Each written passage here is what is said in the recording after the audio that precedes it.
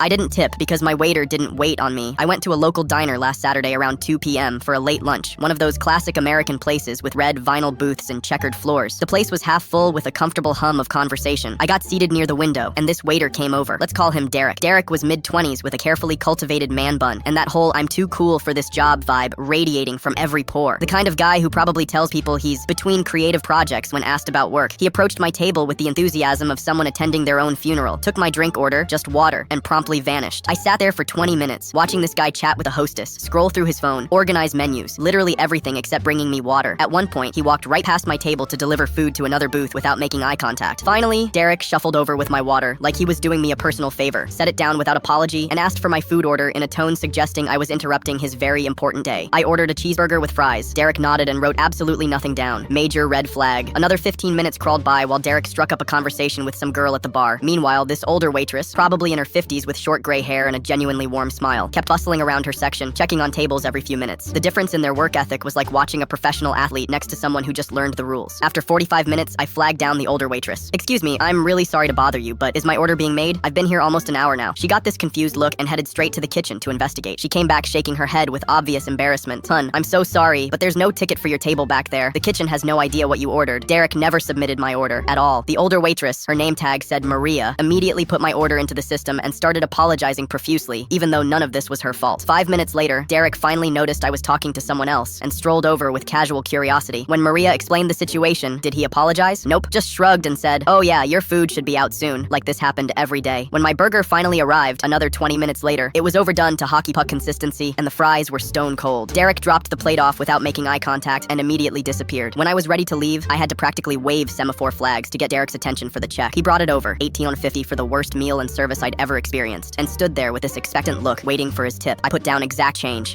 Excuse me," he said, suddenly very interested. "Did you forget something?" "No," I replied calmly. "You forgot something. My order, my drinks, and basically your entire job description." Derek decided to make a scene, raising his voice loud enough that other diners started looking over. "That's really messed up, man. I've got bills to pay just like everyone else." Maria appeared instantly, along with a tired-looking manager who'd obviously dealt with this before. Derek launched into this victim narrative about me stiffing him. The manager listened, then asked me to explain what happened. I gave him the timeline while Maria nodded along, confirming the part about the order never being submitted. The manager looked at Derek with the expression of someone who'd reached the end of a very long rope. "This is the third complaint about you this week, Derek." Then he comped half my meal and offered a sincere apology. I decided to tip Maria the $10 I would have given Derek because she went above and beyond trying to fix someone else's mess. As I was walking to my car, Derek followed me outside. "You just cost me my job over $9, he yelled across the asphalt. I got in my car and drove away while he stood there shouting at my taillights, probably wondering why the world is so unfair to people who think showing up is the same as doing the work.